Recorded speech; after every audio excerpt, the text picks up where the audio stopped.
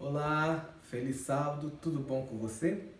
O texto que eu gostaria de usar neste momento para reflexão está no livro de João, capítulo 14 e os versos 1 a 3. O texto bíblico diz assim: Não se turbe o vosso coração. Credes em Deus, crede também em mim. Na casa de meu pai há muitas moradas.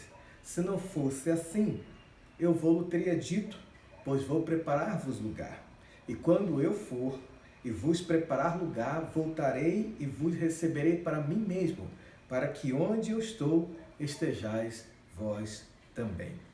Esse é um dos textos mais conhecidos a respeito da volta de Jesus, a nossa maior esperança.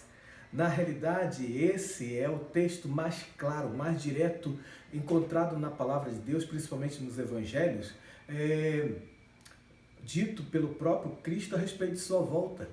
Porque os outros textos bíblicos, quando falam da volta de Jesus, principalmente nos evangelhos, Cristo apresenta a sua volta se apresentando na terceira pessoa, usando alguns títulos para si mesmo. Por exemplo, ele diz: quando o Filho do Homem vier nas nuvens dos céus, assim como o relâmpago sai do Oriente e se mostra no Ocidente, assim será a vinda do Filho do Homem, né? O Filho do Homem virá na glória de seu Pai. Mas esse texto é o único do Evangelho em que ele diz: eu voltarei. Ele não diz o Filho do Homem vai voltar. Ele usa o pronome na primeira pessoa, identificando a si mesmo como aquele que está fazendo uma promessa capaz de cumprir. E é interessante que ele faz essa promessa para os discípulos no momento em que os discípulos estavam vivendo aparentemente um momento de paz, de conforto na presença do Senhor. Comia com Jesus, dormiam com Jesus, estavam andando com Jesus, viam os milagres de Jesus, portanto não havia motivo para estarem angustiados. Mesmo Cristo falando que no final de sua vida terrestre deveria morrer, mas ainda assim os discípulos nutriam paz no seu coração por estarem na presença de Jesus. Não havia motivo para angústia. E Cristo, nesse momento de paz, diz: não se turbe, não se angustie o vosso coração. Na realidade, Cristo estava ali naquele momento não apenas apresentando algumas palavras de despedida. Cristo estava falando para os discípulos de uma realidade que eles viveriam pós a sua ida, pós a sua ascensão. Momentos de perseguição, momentos de conflitos, momentos de enfrentar prisões, enfrentar açoites e inclusive enfrentar a morte de mártires, como praticamente todos eles tiveram que enfrentar. É como se Cristo estivesse dizendo: no momento em que vocês estiverem sendo, por exemplo, crucificados de cabeça para baixo, como no caso a tradição diz, foi o caso de Pedro, Cristo disse: nesse momento não se turbe o vosso coração, crede em Deus, crede em mim e pensem, vocês estarão passando por isso, mas lembre, eu voltarei. Quando você estiver preso, não se turbe o vosso coração. Crede em Deus, crede em mim, mas lembre, isso passará porque eu voltarei. O que nos dá segurança de que as coisas nessa vida, por mais difíceis que sejam, passarão, é a certeza de que elas passarão porque Cristo voltará para dar fim a esse mundo de dor, sofrimento, pecado, doenças e morte. Portanto, nós encontramos nesses versos algumas promessas interessantes que Cristo colocou. No verso 2 ele diz assim: na casa de meu pai há muitas moradas. Mas no verso 3 ele diz assim: mas vou preparar-vos lugar. E aí vem uma pergunta: se na casa do pai há muitas moradas, por que ele diz que vai preparar lugar? Já não tem muitas moradas? Não tem morada suficiente para todos os salvos? Claro que tem. Mas quando ele diz vou preparar-vos lugar, ele sai do genérico para algo mais pessoal. Ele sai do a casa de meu pai há muitas moradas para o pessoal. Vou preparar um lugar para você. Isso significa que a eleição do Senhor, a predestinação de Deus é que para que todos nós sejamos salvos. Em outras palavras, se não houver nenhum perdido nesse mundo, ninguém que vá perder a salvação, no céu há morada para todos aqueles filhos de Deus, criaturas de Deus que aceitaram Jesus como seu Salvador. E cada uma dessas moradas são moradas específicas. Para cada um dos salvos haverá um lar para a sua família. Por isso ele coloca coisa bem específica: vou preparar um lugar para você. E isso é o que Deus está nos dizendo agora através do Espírito Santo. Mas no versículo 3, nós encontramos a outra promessa dentro desse contexto de promessas, porque no versículo 3 ele diz assim: e quando eu for e vos preparar lugar, voltarei e vos receberei para mim mesmo. Esse verbo voltarei no original grego está no particípio presente. Na realidade, a melhor leitura desse verso é: quando eu for e preparar-vos lugar, volto já. É como, por exemplo, você ir a um escritório dentário na hora do almoço. O dentista já fez o seu trabalho na parte da manhã e ele faz uma pausa entre o trabalho da manhã e o trabalho da tarde, e ele então coloca uma plaquinha lá informando que foi almoçar, e nessa mesma placa a declaração volto já. Quando você olha para aquela placa com essa declaração, você pode ficar tranquilo e esperar ali na sala de espera que o dentista fez uma pausa, mas ele volta para continuar o seu trabalho na parte da tarde.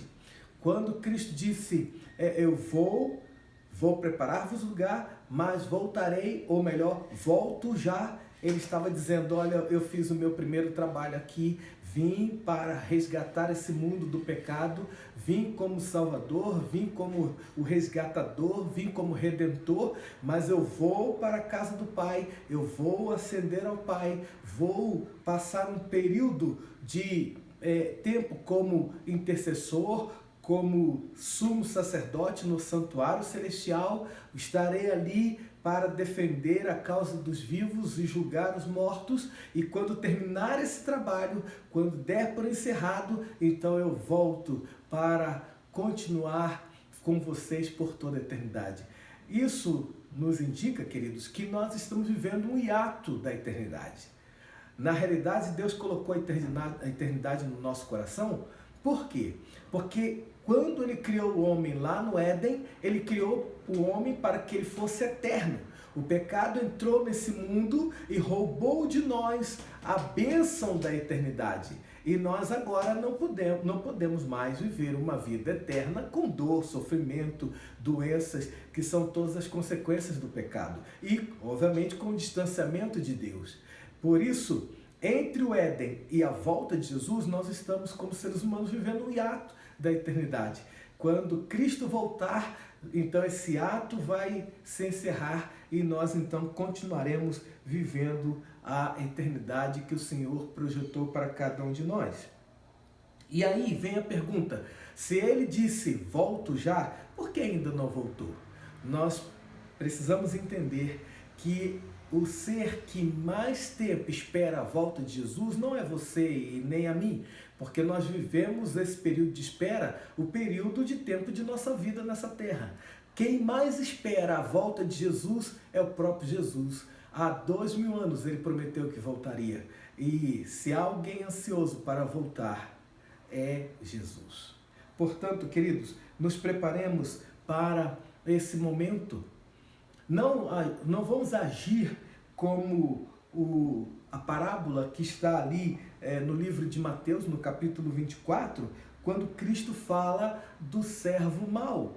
E o que aconteceu com o servo mau? Esse servo mau, ele colocou no seu coração: o meu Senhor demora a voltar.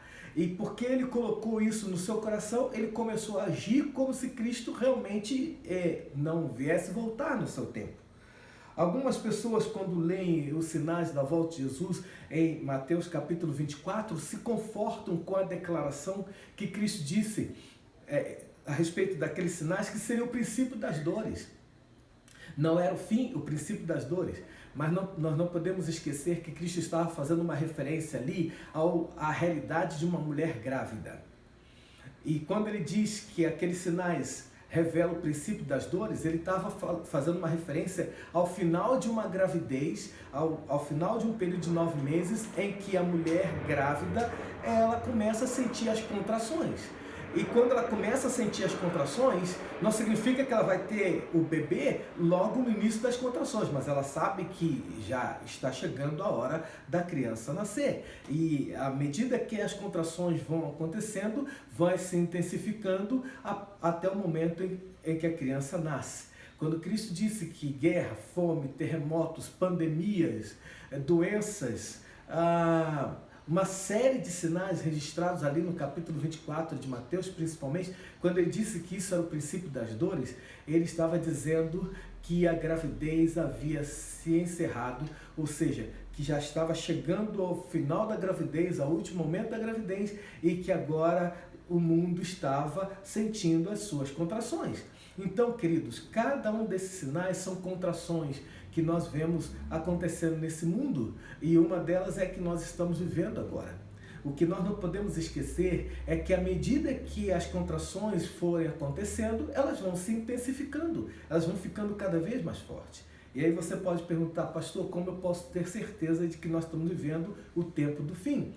Que esse princípio das dores é uma referência às contrações que esse mundo está vivendo, a fim de que logo Cristo venha raiar na nuvem dos céus. Nós temos muitas informações na palavra de Deus, mas eu gostaria de levar em consideração apenas uma referência. O sonho que Nabucodonosor teve lá na Babilônia sobre uma estátua. Se você for lá no capítulo 2 de Daniel, você vai encontrar esse sonho e Daniel fazendo a sua interpretação. Cada parte da estátua apresentava um reino, um império que iria dominar esse mundo. E no final, nos pés da estátua, nos dedos da estátua, o profeta Daniel diz para Nabucodonosor que os 10 dedos da estátua simbolizavam os 10 reinos divididos por ferro e barro, reinos mais fortes, reinos mais fracos, representando aí os países da Europa. Mas o que isso tem a ver, pastor, com o fim das dores? É que depois dos pés da estátua, dos dedos da estátua, das unhas da estátua, não haveria mais reino nenhum. Apenas uma pedra seria lançada sem auxílio de mão e iria cair exatamente no pé da estátua e iria desfazer a estátua, ou seja, os reinos desse mundo iriam ser todos desfeitos para que o reino eterno do nosso Senhor Jesus Cristo fosse estabelecido para todo sempre. Queridos, deixa eu dizer uma coisa para vocês. Nós estamos nos pés da estátua e eu me atreveria a dizer que nós estamos, quem sabe, nas unhas da estátua. O que falta agora é essas contrações terminarem e esse céu se abrir e o Senhor voltar. É claro que ainda há alguns outros sinais para acontecer, mas é importante a gente ter em mente, queridos, que os sinais da volta de Jesus não são mais importantes que a volta de Jesus. Nós temos os sinais da volta de Jesus para termos uma evidência, um alerta da necessidade do nosso preparo. Mas a gente precisa saber, nós precisamos responder e ter em mente não o que virá, mas quem virá. Sabe por quê? Porque se nós focarmos a nossa mente nos sinais e não naquele que virá, na razão da existência desses sinais, na pessoa de Jesus Cristo, nós vamos nos espantar com os sinais, mas depois que eles passarem, a gente vai sentir um certo, entre aspas, alívio.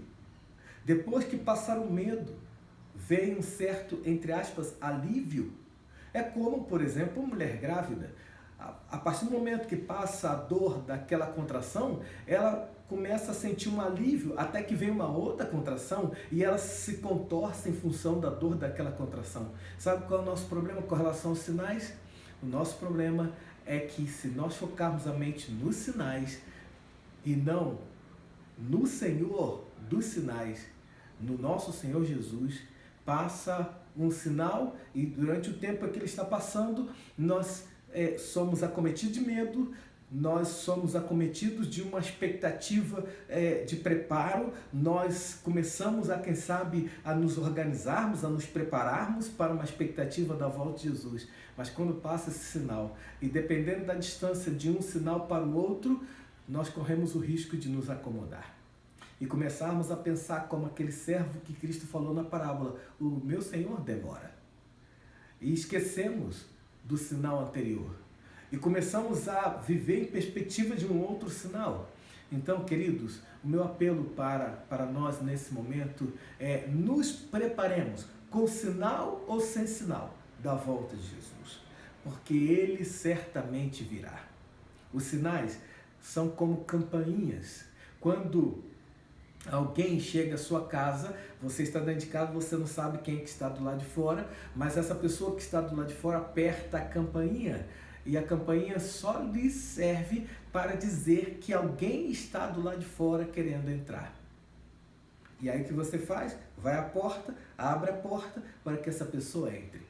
O sinal da volta de Jesus, esse que nós estamos vivendo é um deles, serve para a gente abrir a porta do nosso coração e deixar que Jesus entre definitivamente em nossa vida, em nossa casa, em nosso lar, para que assim, independente dos sinais, possamos estar preparados hoje e sempre para a volta de Jesus.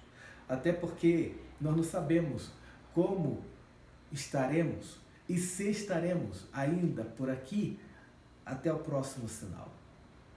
Por isso, devemos nos preparar hoje e sempre, para que quando Cristo voltar, possamos dizer, esse é o nosso Deus, a quem já aguardávamos. Na sua salvação, nos alegraremos e nos regozijaremos. Que Deus o abençoe. Amém.